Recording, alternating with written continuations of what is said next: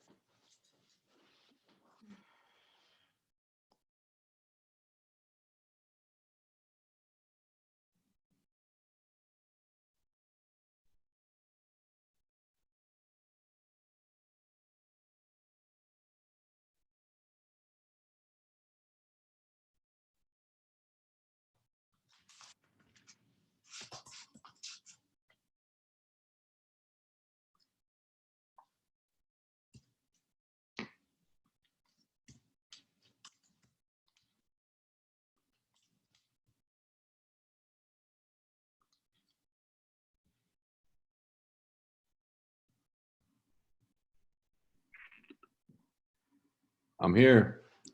Hello. How are What's you? up? Not much. All right, guys. Thank you for tuning in to today's Lunch and Learn. Rory, thank you for being here and sharing all of your knowledge with us. We really appreciate it. I'm at an advantage here, right? Because I know you personally at a high level. So I'm going to ask you some questions that I already know, but I want to fill in everybody of who you are, right? And who you are as a person, you know, who you are personally, and then business wise. So tell us a little bit about Rory, where you're at with Rory and company, what your journey has been like so far. It has been quite a journey that started with you. So I guess that where I would start is I got my license in 2005 and was with App Properties. And as soon as I got my license and went into business, into real estate business, about 4 months later, we learned we were expecting our first child, which we were very excited about. Yeah. But then I was like, well, now what happens with business? which was the reason why I went into real estate from advertising, is I felt it could be a career I could have while also still being a mother. Yeah. Our world took a huge left turn when we learned that our soon-to-be son, Cameron, would be born with a laundry list of medical conditions. So I always tell people that the biggest blessing I had was that I did switch careers, because I would have had to have quit my advertising job regardless Right. because of everything he had going on. So this proved to be, something I always wanted to do, and it ended up being a great career to have, Yeah. given his circumstances. So, and he'll be 14 in about 2 weeks. So that was 14 years ago. Yeah, So, and that, I mean, Rory, like I don't want to get too personal about it, but that has been a journey in its own, right? I've known you for a long time, and you've been dealing with a lot with that. So, as much as you can here, how has that impacted you? How has that changed you as your perspective, not only in business but in your personal life? obviously, it's a huge game changer with your perspective. I think what I always tell people is I would never change the circumstances for myself, because it has changed who I am as a person. And I believe it's made me a better person and a more, empathic and understanding and seeing the world from a different viewpoint. I would for sure change it for Cameron. It's a tough road for him, Yeah. and for his brother. But I think that ultimately these are the huge lessons in life that teach you what you're capable of enduring and overcoming. And with everything that's going on right now with COVID, I have reflected a lot on kind of the past and how we overcame those hurdles. And because Cameron's situation is one that is never over, it's a Mhm. forever. Mhm. This career has been allowed me to be flexible, to lean on my peers, to still have a really great career for myself and support my family, even when he does need to go in for surgery or have hospital stays and whatnot. So that has been a huge, it's great perspective on how to overcome Right. difficulties and still have a career. Like some people might say, oh, I have to quit my job, I'm done. Like, Right. all I can do is care for my child. And I believe through the systems I learned with Keller Williams and with your team that I learned you can do both. Right. Right. Well, thanks for that. Yeah, so appreciate it. So that was a fun little journey. I see Melissa and Tanya and all these other people that were on there. So let's talk about, Rory, let's talk about your mindset. Okay. So you now have two sons, right? You have Cameron, who, like you said, was born with a laundry list of medical conditions. So how do you approach the mindset of this business, and talk to us about how you approach the mindset when you were doing 3 million and then where you're at today? Yeah. So I remember exactly where I was when you approached me. It was on the soccer field and said, "Hey, are you busy?" No, I'm not really busy. And that's what led to, our partnership. What I will tell you is that it was this limiting belief that I could not do more than the 3 million I was doing. I could not figure out how I would balance it all. I didn't even know really what to do. I just knew, yeah, if somebody calls me and wants to buy a house or sell a house, yeah, I can do that. Got it. Right. But working with your team and moving to Keller Williams and learning all of those systems opened my eyes in a huge way. Just in the fact of like, yeah, no, call your people, like call them. It doesn't matter if you haven't talked to them in 5 years, 2 years, whatever it is, call them. And that was a huge eye opener for me. And obviously anybody that's with KW, that I'm not telling you anything you don't already know, but Mhm. that's what for me was the transition from a space of I can only do this minimum amount because I've got all this stuff going on at home. The reality is I could do it. And, to now be able to see the production I went to, sometimes I'm like, I just can't believe it still is reality. And then to be able to do it, even when really difficult times came up, and to know that I could still sustain that was a huge learning. It's because the systems were in place. Right. So Rory, talk to us a little bit about that. So meaning like define that. So, like you've given an example that, in an email to me, right here, let me pull it up, that that you were quarantined, you were pretty much quarantined in 2008, right? I was. So you've already been through this. Yes, I have. And so in 2008, I was pregnant with my second son and was put on bed rest in the hospital for 50 days. Right. Life was very different then, right? I mean, I didn't have Facebook. I don't even think there was really Wi-Fi in the hospital. Right. Yeah. I can remember doing deals, like having a coworker come in and we'd get stuff done in the room. But that 50 days, I look back on it and people are like, they would hear that before now this, and like, that's crazy. What did you do? I read a lot of books. I did work a little bit. Right. What I think is the most like impactful thing I did was that I bought a house I never saw. Yeah. So, right. I'm able to translate that right now to people and say, no, it works. You can see it on FaceTime. You can see it through video, and you can still be happy in that home, because that house that we bought, 13 years ago is the house we still live in. So, right. And I just saw it on a video. Yep. Yeah. So it can be done. You're living It can proof be of it. done. Yeah. Absolutely. All right. Yeah. All right. Awesome. So, okay. So your mindset, right, is your mindset overall is you're a doer, Rory. I know that, right? Mm-hmm. But you had a mental block, right? Saying, hey, I'm just going to do 3 million, right? Yeah. Now you're doing, roughly $15 million in volume. And you essentially got there by yourself. I know you have a little help now, but I remember coaching you saying, you need leverage, you need leverage, you need leverage, right? But you did this by yourself. So, I see a lot of, good people on this call, but I also see a lot of moms, right?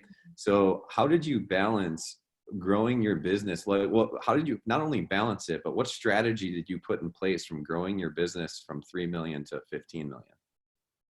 It was truly the move to KW. It was the strategy of call your sphere of influence, put yourself out there, let people know you sell real estate. It sounds so simple, but it truly was calling people. The biggest example I can give you was I called somebody that I used to work with in advertising.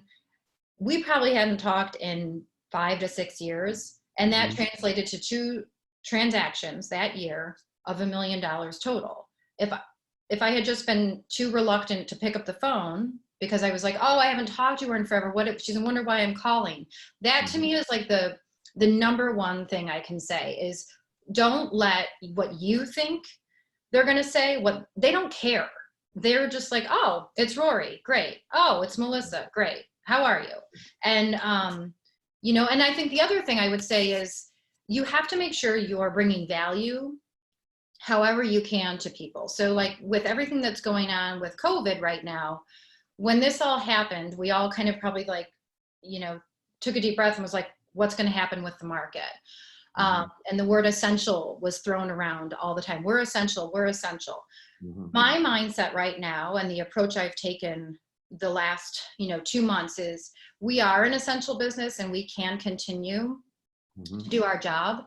But what is the most essential thing right now? And that is, how are you going to make a difference? Right. And to me, anytime everything that happened with Cameron, that continues to happen, what are you going to do with this really kind of crummy situation and make it better?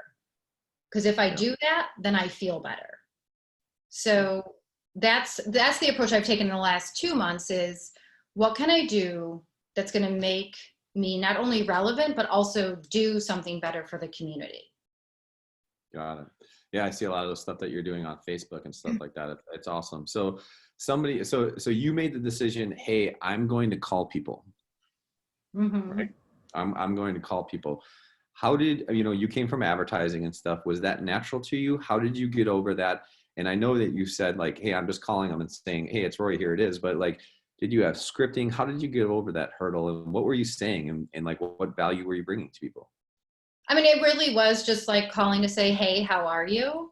But yeah, absolutely. At scripting, I remember I would have on my wall in my office, like all these post-it notes of what to say. Scripting to me is one of the biggest lessons I've learned through KW, because it gives you a guide on what to say when you're not sure what to say. And it's something I go back to all the time. And just that idea of like, don't worry about what they're thinking. Just check in on them. How are you? Whatnot? Because ultimately, if you call them and you haven't talked to them in a while, chances are they still know you're in real estate.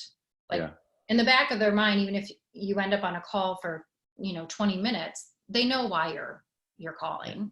So you weren't necessarily asking them for business. You were just having conversations with people. Yeah. Got it. Yeah, and that's pretty much what I do today. I mean, it's always just, let's just have a conversation and see where it goes. Would you say that activity, Rory, was the thing that took you from, was the thing that catapulted your business, that got you over that mental hurdle of 3 million? Absolutely. Okay. Yeah. So, go ahead. So making calls, right, is your advice, is saying like, hey, you got very purposeful on making calls, and talk to us about what that looked like. Where did how long did it take? Where did your business go? Well, so 2015 was when I moved over to KW, and by 2017, I was at 15 million. So it didn't take long. I mean, it was December 2015 I joined KW, and then 2016 was a good year, and 2017 was a great year. So I guess you could say it took 6 to 9 months. And I always, we all talk about build your pipeline. So if you're constantly making the calls, your pipeline is built. So that 2017 was like a crazy year for us personally. Karen had 3 massive surgeries, and it was my best year in real estate. Right. So like, I look back on that and I'm like, that, if I can do that, then what's wrong with me right now? Amazing, right? Amazing that, like you said, you had a very challenging year personally in 2017, and you had your best business year ever, right? And literally it was that activity that compounded and built up over time, right? Yes, I think the building in 2016 brought me to the place in 2017 where the number was really good. It doesn't happen overnight, as we all know. Right. Yeah. We all wish it did. But did you have, I know that I know your disc assessment, and I know that you like schedules and things like that, and you liked everything in order. So did you, how regularly were you making, this is a question from Emma on the chat room. How regularly were you making the calls? Did you time block for those calls? Were they scheduled? And did you implement a specific schedule, i.e. like a 36 touch? Yes. So I had a schedule. It's right here on my, taped to my thing, but this was my schedule, so that if I look at it, I know from, 9 a.m. to 11 a.m. is my lead generation. And I will tell you that the most success I ever had in business is when I followed that to a T. Yeah. So I can look back and say, okay, why was 2019's numbers where they were and not at the 15 million mark? Well, it's because I didn't do the lead gen. Right. Yeah. It's so simple. And it's just a matter of like, you have to do that, and you have to get uncomfortable and call people that you don't want to necessarily, but in turn, it works. How many people were you calling a day, Rory? Roughly? The goal was 20 contacts a day. Okay. And when you say 20 contacts, did that count as like, hey, I was leaving messages, or did you actually have 20 conversations a day? The ideal is 20 conversations a day, but I would definitely say there's, probably 50-50 was a true conversation. I think what's different right now, because when we hear this all the time right now, is more people are willing to pick up the phone. So you have a better chance of actually getting somebody live. I also think that there's other ways to do it, right? You can say 5 calls, 5 texts, 5 emails, 5 Facebook reach outs, like comment on their photos. Something really big I'm doing now is through TouchNote. It's like an app, and you can just send a card. I find photos on Facebook of my friends, or clients or whoever, past clients, and I'm just sending them a postcard. Pick out a photo, their kids on the front porch, you know, mom and daughter together. I'm sending everybody a Mother's Day card, or I've just sent, prior to Mother's Day, I was sending, hey, I'm just sending you a smile. Like, I just want them to know I'm thinking of them, because maybe they don't want to get on the phone with me, but I want them to know that I'm thinking of them right now. And I've had many people, they're mostly past clients, like, Rory, thank you so much. You rock. I love this photo, because nobody prints photos anymore. Right. They'll just live on our device. On everyone's phones. Yeah. Right. Yeah. So like, that's what I'm using right now. If maybe I can't get them on the phone, then I'm going to find another way to touch them. Okay. But your fundamental principle in the beginning was the call, right? Okay. Absolutely. So yeah, I think what's funny is like, right when I hear you start talking, it's like, you've earned the right now to get creative, right? Yeah. But you did the fundamentals, you know, and the hardship, right? And the hard to like, oh, I got to do this again, but you did it, right? Yes. How long did you do that? If you can recall, how long did you do the fundamentals of making phone calls and checking in on people? I know you still do it today, but how long someone that's sitting here saying, oh my God, I know I got to do it, but like, just give me a glimmer of hope of saying, I did this for, you know, I know you did it for a good year, but when was it that all of a sudden you started to see like, oh my God, I'm starting to see the results? I mean, I would say within just a few months. I mean, you'd even, like I said, there was that one conversation that just stuck in my head, because I think that was when it switched for me, when I realized why these calls matter. Yeah. Is calling somebody I hadn't talked to in years and, oh yeah, we're thinking of selling. And the sell and the buy turns into $1 million transaction. Like that for me, once you get that success, it's so much easier to keep doing it. Yeah. And hopefully but Rory, to be fair, it does take a couple months, right? Absolutely. This isn't like, hey, I'm going to do this for a week and then, you know, okay. And then let's see if I'm, you know, all of a sudden I'm going to see great success, right? It's a couple months of doing it. Yeah, at least a couple months. And I think that you really do need to be consistent with those phone calls. And everybody has to also figure out what their comfort level is too. You know, for me, I'm fine to get on the phone. Right. Did you always have that, Roy? I mean, did you have that? So you trained yourself on, hey, I'm going to do it. What was the driving force behind that? Well, it was you. I made you. You made me do it. I mean, it was me on your team. It was like you, Melissa, like we all had that time where we had to do it. We had to turn in our 20 contacts. You know, and so for me now as an individual agent, I have to be responsible, right? Yeah. I'm my accountability partner. Yeah. So accountability, right? It was the driving force. And it just so happened that your accountability was me and some other people on this call. But at the end of the day, that's the advice that you would give is, hey, if you're struggling to do this, find somebody that's going to push you to do it. Yes. Okay, fair enough. All right, I know you're a system person, Roy. You know, you come from the system background in your previous. So what systems that you did your lead gen system, and just the beginning system was, hey, I'm just going to make 20 contacts a day. Yes. And when you say 20 contacts a day, was it Monday through Friday, or did you do, you know, Saturday and Sundays as well, just for clarity? It was definitely Monday through Friday. And if I made a contact on the weekend, it was through like a physical interaction, right? Like at a, you know, sporting event or kids thing, you know. So if I'm a $3 million producer, like you were, right? And I said, hey, this is something that I want to do. I want to take my business from 3 million to 15 million, somewhere in, you know, 16 to 24 months. The fundamentals of making contacts is the first step. Yes. Right. What was the second system that you put into place? I would say a personal note is, I know that's a contact, but that to me was something that never happens anymore. You barely ever get mail. So if I didn't make that contact, that was another thing. Or after a transaction, there was always a personal note. I'm trying to think of like, what was the other system? I mean, eventually I did get an assistant. So that helps because that you hammered into me, you need leverage. That I think is huge. And it's hard when you're an individual agent to like say, I'm going to give up money. But for me, like getting an assistant, I was then getting rid of all of the stuff that I should spend no time doing, you know, putting lock boxes on, sending transaction summaries, that kind of stuff. Like even where we are today, like as everybody's trying to cut back on their expenses, that is one thing I will not give up. Like I'm not going back to doing transaction summaries. Like, right.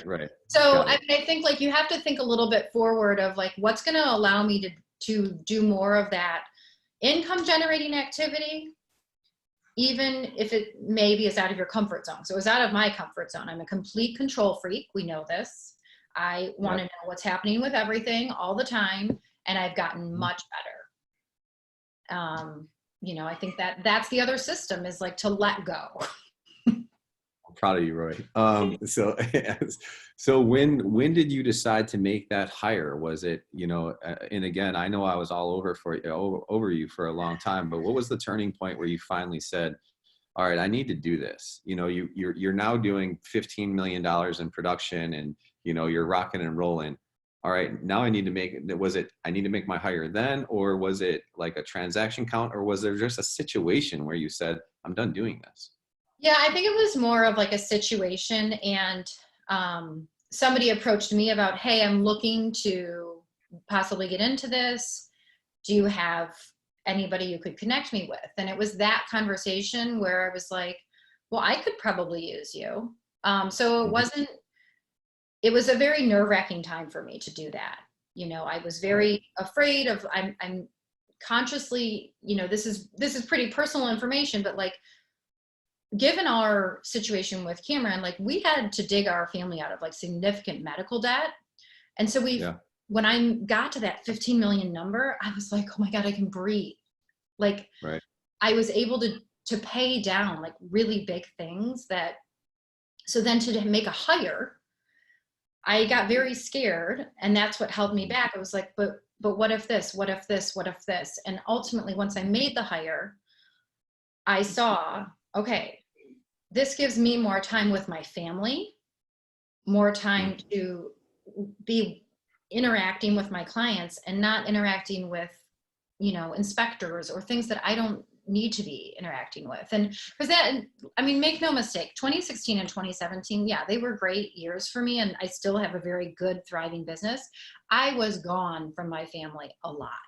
Yeah. And I think that's the other thing I would say for those people that are on the call that are moms. I mean, I have a MAPS coach, and we've talked about this a lot, is, you know, I don't have aspirations to be a 7th level team. That's not where I want to be. I want to be in contact with my clients. I want to make a good income. I want to enjoy what I'm doing, and I want to be able to provide for my family. And, you know, 15, 20 million, that works for us. And it's a great living. Yeah, that does the job. You know, so sometimes I would start to feel bad. Like, you're not aspiring to be like, you're not reaching high enough. You know, for me, I'm good. But I mean, you self-discovered, right? Through just saying like, hey, listen, this is, you know, this is what I need to get the life that I want. Right. Yeah. And you got there, and you put a strategy in place, and you got there. But Rory, when I'm listening to you talk right now, you really have just made the effort. At the end of the day, your success is based on lead generation. Yes. You got out there and lead generated. Yes. You know, and is it fair to say that you were not doing that when you were doing 3 million? Absolutely not. I mean, it literally was just like letting the business come to me. Like, I mean, I was never taught lead generation in the way that KW teaches it. Got it. Your personal notes, Emma, I'm going to go to you here. Your personal notes, do you have a strategy behind that? Are you doing a certain amount a day? What are you doing now that you've implemented that into your business? I try to do 5 a day. So like right now, I just gave you the example, right? Just this last weekend, I think I probably did like 30, all for Mother's Day. So that I'm considering the touch note my personal note. I know Joe's been a recipient of some of my personal notes. I I see yours too. I just think that like anytime you have an interaction with somebody that makes you pause, it's sending a personal note is one of the best things I think you can do. And sending just something that reminds people you're thinking of them in a different way that isn't asking for anything. It's just simply saying, hey, thinking of you is huge. Got it. So Rory, I'm going to say, if I want to build my business here, you did it by making contacts and sending personal notes. Mm-hmm. Is it that simple? I do think it is. But you're okay. But Rory, what I will say is what I've known you, and I was probably a downfall here as much as you give me credit, is you have never been attracted to the shiny objects, right? You're kind of like, you don't go after this stuff and say, oh yeah, no, now I'm going to go do this. Now I'm going to go do this. So you're really just kind of mastering the fundamentals of, hey, I'm going to contact people, right? I'm going to be in front of people. This is the business that I want. So therefore, I'm just going to do these things, stay in my lane, and these are the results. Yeah. Yeah. I mean, you're right. I don't go after shiny objects. I mean, there's so much out there, and I just kind of go this, I don't want to call it traditional route, but I'm just trying to find a way to make it work with how I like to work. I think that's really important, is that you need to know what you're comfortable doing, but you do have to get out of that comfort zone if you want success. So I'm sitting here like I said, there's a lot of people, and Penn, I'm going to get to your question here about command, but I'm sitting here and I'm seeing, the people that are on this call, being a mom, being a business owner, right? And having the success that you did. What was that structure like, and what's it like now? Like, I mean, you have 2 boys at home, right? So like, what is it like now? Like, what advice can you give like a Emma who's out here, right? And has a, I think her son's 2, 3, is 3 years old. And obviously it's tough. We're locked inside. We're doing this stuff. Right. What advice can you give that? So what I would say is, in the very beginning, in like 2016, 2017, I had a very strict schedule, meaning I knew 3 days a week. The boys were picked up from school. This was a new thing for me. I was used to being the drop off, the pickup, I was mom. And I made a conscious decision, if this is going to be successful, I have to give up some of that and leverage it. So I was leveraging to a babysitter. 3 days a week, I had somebody after school, probably till 5 or 6. That was huge for me, to know that my day didn't end at 3 o'clock, right? I had to keep working. So that was a big deal. Then as time went on, how it looks now, I mean, I started to pull back on that. My kids got older. So when your kids get older, they have a little bit more freedom. They can kind of handle themselves. And now today, how it looks is a huge challenge. I'm not going to lie. It's a lot of gaming time that's happening for them. And that is hard, as a mom or as a dad to be like, to relinquish that. But the best thing I can say is like, we're all in this together. We're not necessarily in the same boat, but we are absolutely in the same storm. And what's happening in your house and what's happening in my house may look very different, but we're all trying to navigate that. So I guess the advice I would give people is, if you want to make this switch from 3 million to 15 million, you're going to have a schedule that you stick to. I mean, if I remember, you used to say listing appointments are on Tuesdays and Thursdays, buyers are Wednesday. That like, you really have to get extremely purposeful about that if you want those numbers to happen. And I used to be very much, my client needs me. They can only go out at 2 o'clock on Saturday. I have 3 people that want to go out at 2 o'clock on Saturday. What do I do? You're in control. You tell them, I have from 10 to 1 and I have from 2 to 4. That was a huge learning for me. Like, you take control of the situation. Well, this is how I run my business, right? I work with my sellers on this day and I work with my buyers on this. I mean, obviously then they're like, whoa, this person's busy, or, oh no, this person approaches this as a business, right? Yes. How hard is that, Rory? Be real with us. How hard is that? Very hard. Because by nature, I'm like, if somebody says they need something, I'm like, okay, I got it. What do you want me to do? I'll like drop whatever I'm doing. So that is something I'm constantly training myself to say, take a pause. Do you need to answer this email right now? Do you need to take that buyer out? Do you need to meet the seller right then? That it's just ingrained in me to be like, oh, okay, let me help you. Like, Right. no. Yeah. I'll help you, but on my terms. And especially right now, Rory, right? You know, where the pipeline funnel might not be as big as it, you know, Yes. usually is around this time of year. Somebody saying like, hey, I want to go out. You're probably like jumping like, yeah, whatever. Are you sticking to your schedule right now? Not as well because everything is so different. I think I mean, I'll give you an example. Like an agent was calling me at 9:45 on Saturday night. I did not answer that phone call. Yeah. That was hard for me. Right. We were in the middle of a negotiation. My kids looked at me and said, "You're not answering that, are you?" I said, "No, I'm not." Right. I'm not. Because if you do, then right, you've just trained a person to call you whenever they want. Yeah, right? You've told them how to treat you. And that was another huge learning for me. Like you teach people how to treat you. Got it. Okay, so let's keep going through your journey, right? Okay, so you pretty much, you know, you're working on mastery of lead generation. Your business is catapulted.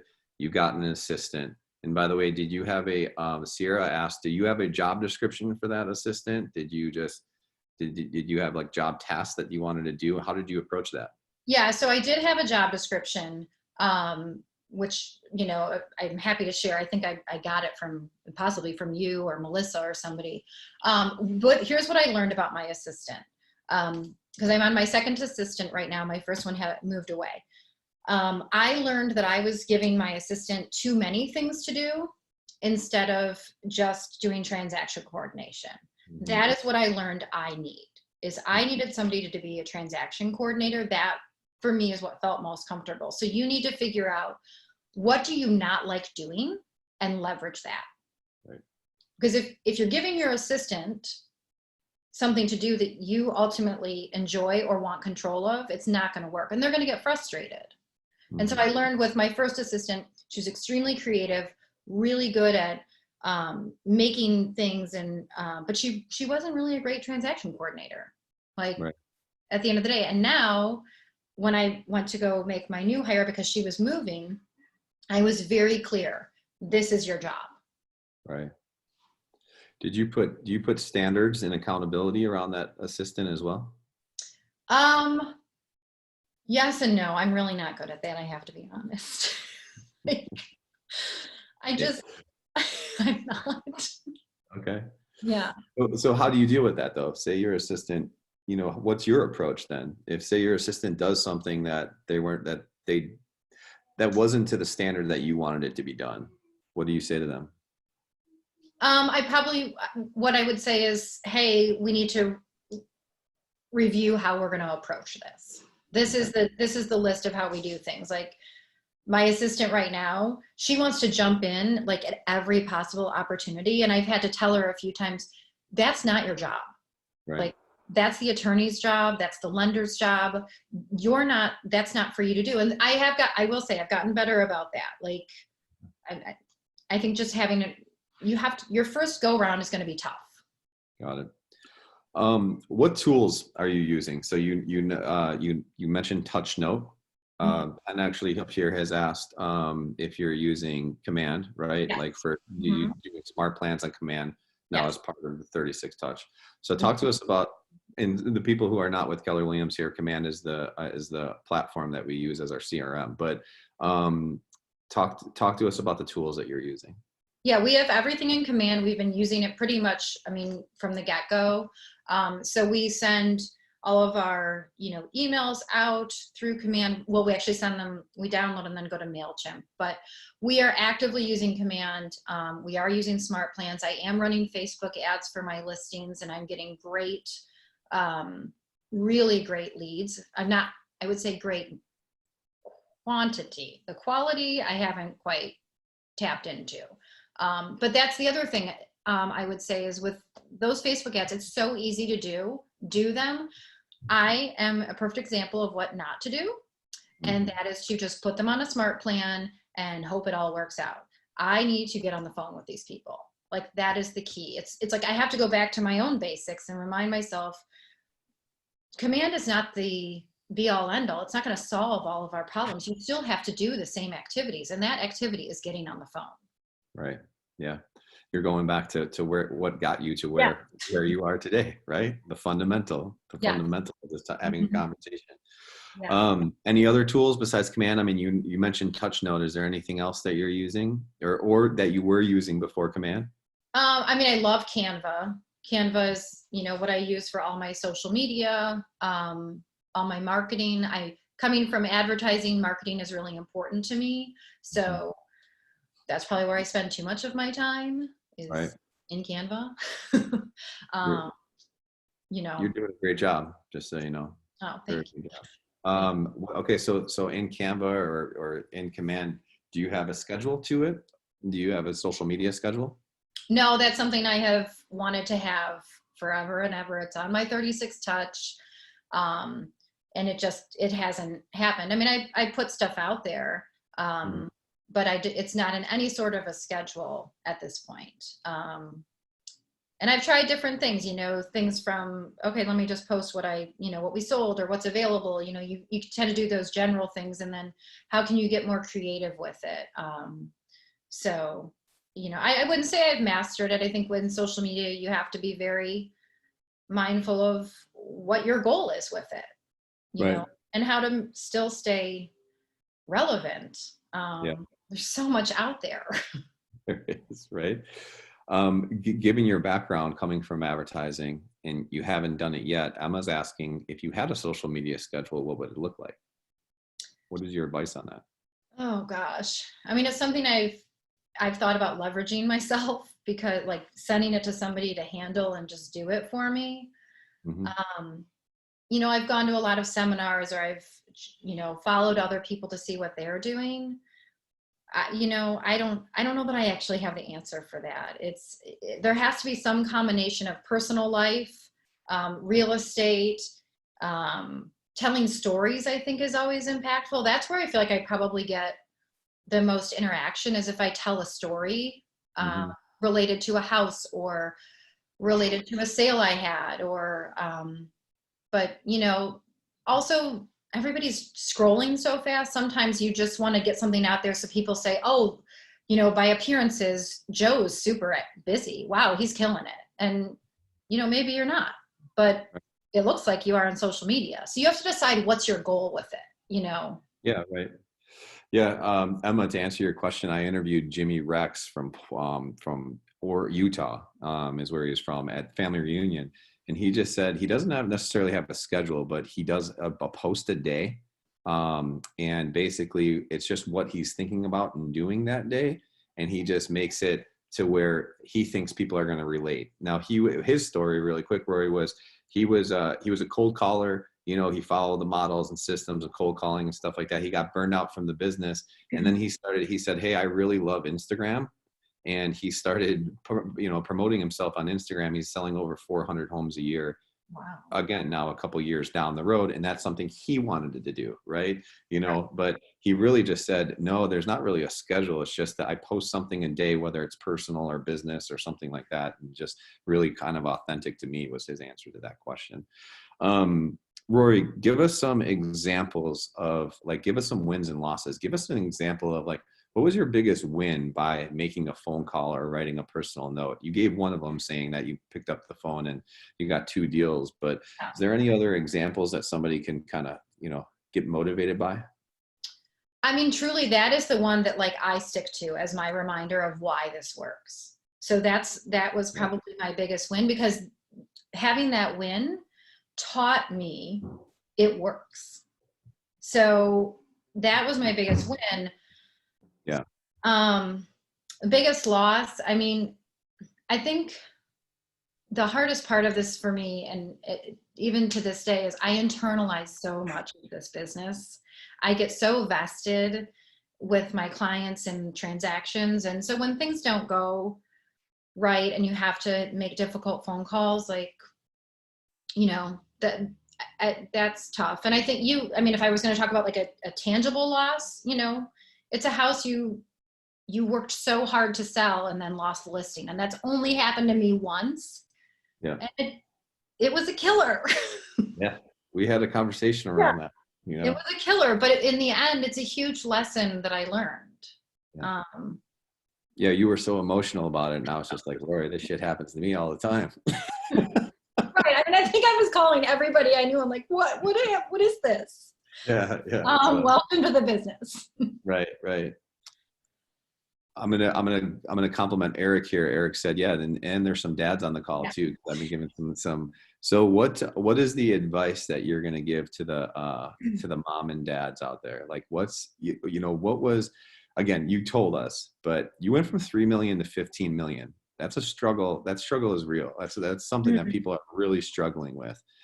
Was it a coach outside of that? Was it obviously the fundamentals of making calls? But what advice can you give it? Was it your mindset? I think it was ultimately my mindset, getting over that space where I thought I would never be an over $10 million producer. I would never be listed in the Chicago Association of Realtors book. Like, that was something I'm like, that will never be me. And knowing that I could do it with everything we had going on is a huge thing. And I think the most important advice I could give anybody is we all have things that we're facing, hurdles, struggles. You either have to say to yourself, I'm going to go forward, I'm going to make it happen, and I'm going to give myself some grace while I do it, or I'm going to give up. Mm-hmm. And it's okay to give yourself grace and still move forward. Like, if you need to say, I'm taking a minute, I'm taking a day, take the day. Like, don't beat yourself up. In the beginning, I would be hard on myself about, you're not doing enough. Even to, I'll be very transparent. Last year was not a $15 million year for me. And I felt really bad about that. I was like, you're a failure. What did you do? What didn't you do? And then I took a step back and I said, it's okay.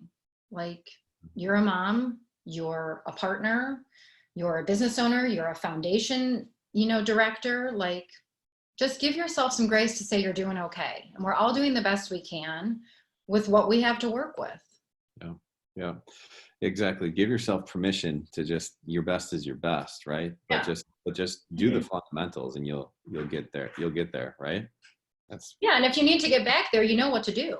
Right, exactly. Right. I mean, you kind of said that, right? You're like, hey, I got to go back to my calls, right? Yeah. I got to go back to calling there and doing that. You've gotten creative. So, hey, Rory, I know that you're a giving person and you like to help people. So if somebody wants to reach out to you, kind of give us your credentials of where they should reach out to you to where you're working and how they get a hold of you. My email is Rory, RORY @kw.com. That's the easiest way to get a hold of me. You can find me on Facebook, on Instagram. It's Real Estate Rory is the Instagram. I mean, and I that's the one thing I love about KW is coming from contributions. So I will help anybody in any way, answer any questions at any time. Awesome. We appreciate you, Rory. I'm super proud of you. Congratulations on all your success. Guys, thanks for tuning in to listen to this rock star, huh? Kudos to you. Kudos to you, Rory. Great job. So we did record this. I will send it over to you guys tomorrow.